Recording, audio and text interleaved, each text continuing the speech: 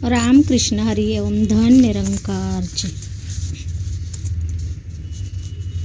आपल्या चॅनलवरती अंधारातून प्रकाशाकडे म्हणजेच अज्ञानाकडून ज्ञानाकडे जे काही आपल्यामध्ये अज्ञान आहे या अज्ञानाला पूर्ण नाहीच करायचं आहे आणि ज्ञानाची वाटचाल करायची आहे। खूप संत होऊन गेले। महाराष्ट्र ही संतांची भूमी आहे। तसेच आपल्या भारतामध्ये खूप संत होऊन गेले। सर्वांनीच लिहून ठेवलेलं आहे की हा परमपिता परमेश्वर निराकार आहे। याला आकार नाही, उकार नाही, रंग नाही, रूप नाही, असं काहीही नाही। याला जाणायचं आणि मानायचं कसं? हा निर्गुण निराकार परमेश्वराला हा कणकणवासी आहे। याला कसं जाणायचं सर्व संतांनी सांगितलेलं आहे। या निराकार निर्गुण परमात्म्याची ओळख कशी करून घ्यायची याची संपूर्ण माहिती आपल्या व्हिडिओमधून तुम्हाला मिळेल। दासीचे व्हिडिओ जर तुम्हाला आवडत असतील तर चॅनलला सबस्क्राईब करा, लाईक करा, कमेंट करा आणि शेअर करा। बघा आपल्याला घडवणारा कोण होता?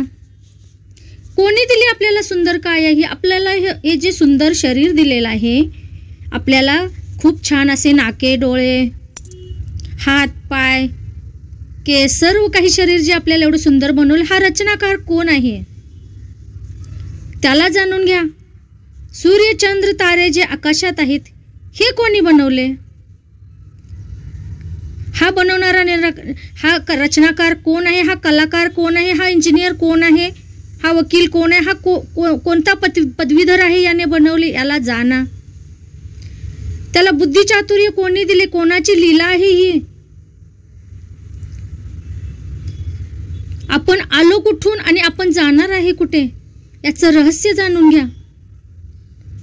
आपण जन्माला येताना आपण सर्व सारखेच आलो आहोत। आपण प्रभू परमात्म्याची सर्वजण लेकरं आहोत।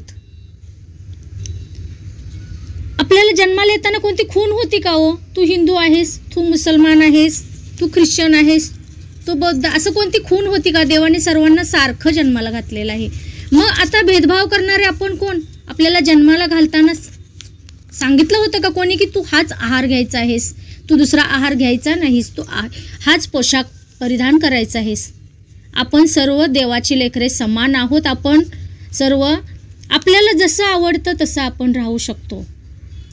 ही जी बंधने लादलेली आहे जातीपाता धर्माची, ही माणसाने बनवली आहे। परमपिता परमेश्वर सर्वांना सारखं जन्माला घालतो। मग तुम्ही आम्ही कोण आहोत भेदभाव करणारे? वर्ण द्वेष, हा काळा गोरा, हा या जातीचा, हा ही कपडे घालतो, हा ही खातो, हे खायचं नाही, ते करायचं नाही, बोलणारे तुम्ही कोण आहात? परमपिता परमेश्वराने आपल्याला समान जन्माला घातले, समान रूपरंग दिलेला आहे, त्याच्या आज्ञेवरती चालायचं आहे आपल्याला। आपण भेदभाव करणारे आपण कोण आहोत? आणि हे जर सर्व मर्म जाणून घ्यायचं असेल तर आपल्याला सद्गुरूला शरण जाणं गरजेचं आहे।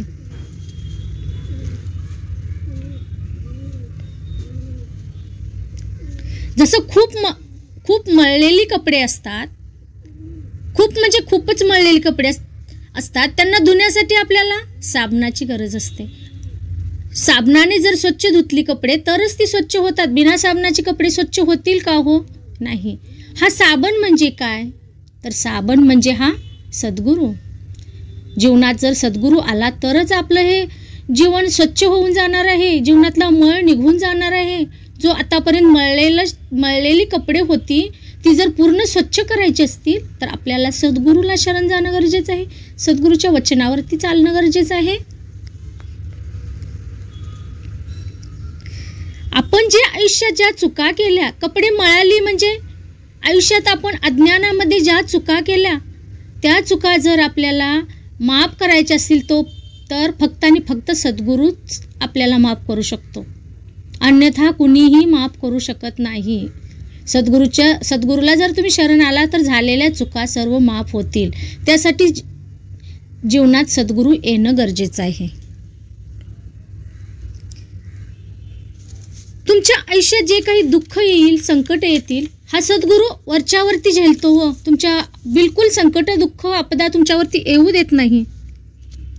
आणि जरी आलं तरी तो थोडक्यातच आपल्यावरती त्याची झलक पडते, जास्त नाही. आयुष्य जर सुखाने, शांततेने, समाधानाने जगायचं असेल तर सद्गुरूला शरण येणं गरजेचं आहे. आणि ही परमपिता परमेश्वराची भक्ती करण्यासाठी तुम्हाला वनामध्ये जायची गरज नाही, भगवी कपडे घालायची गरज नाही, भस्म लावून समाधी घेण्याची गरज नाही, प्राणायाम करण्याची गरज नाही, ध्यानधारणा करण्याची गरज नाही. गृहस्थी राहून प्रभू मिळू शकतो आपल्याला. संसार करून या निराकार परमेश्वराची भक्ती करायची आहे आपल्याला. हे सर्व करून भक्ती नाही करायची, तो परमपिता परमेश्वर असं केल्याने नाही भेटत. हे आयुष्य खूप सुंदर आहे, आयुष्याचा उपभोग करून घ्या, सुखाची झोळी भरून घ्या. त्यासाठी सद्गुरूला शरण यावं लागेल.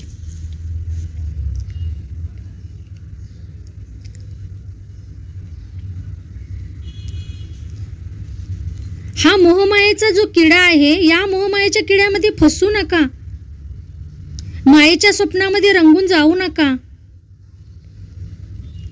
ह्या मायेच्या स्वप्नामध्ये जर तुम्ही रंगून जाल तर तुमचा शेवटचा क्षण कधीही चांगला होणार नाही.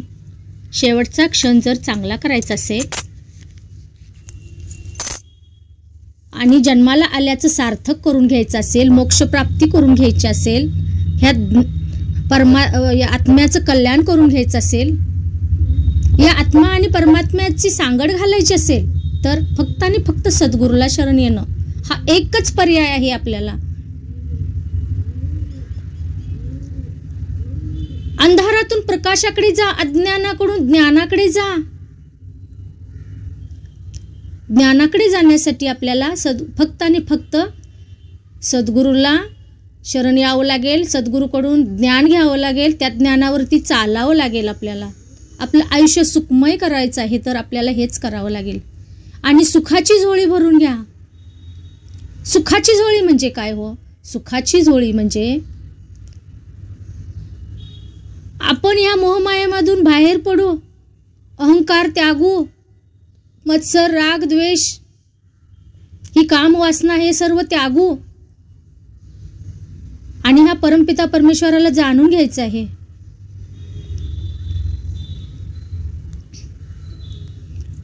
बघा, सुंदर देह मानवाने आपल्याला दिलेला आहे. 84 लक्ष योनी फिरल्यानंतर आपल्याला हा मानव जन्म मिळालेला आहे. या मानव जन्माचं सार्थक करून घ्या आणि या आत्मा आणि परमात्म्याची सांगड घालून घ्या. जीवनाचं सोनं करून घ्या, जीवनाची झोळी खुशीने झोळी भरून घ्या. दासी काय जास्त हुशार नाही हो. दासीच्या बोलण्यातून काही चुका झाल्या असल्यास उदार अंतकरणाने दासीला माफ करा. भेटू पुढच्या व्हिडिओमध्ये. व्हिडिओ आवडल्यास कमेंट करा. जय जय रामकृष्ण हरी करा, विठ्ठल विठ्ठल करा, पांडुरंग करा, धन निरंकारजी करा. तुम्हाला जी आवडेल ती तुम्ही कमेंट करा, परंतु या परमपिता परमेश्वराचे गुणगान याची कमेंट करा तुम्ही. आणि चॅनलवर नवीन असाल तर सबस्क्राईब करा, एक लाईक जरूर करा. भेटू पुढच्या व्हिडिओमध्ये. तोपर्यंत सर्वांना रामकृष्ण हरी एवं धन निरंकारजी.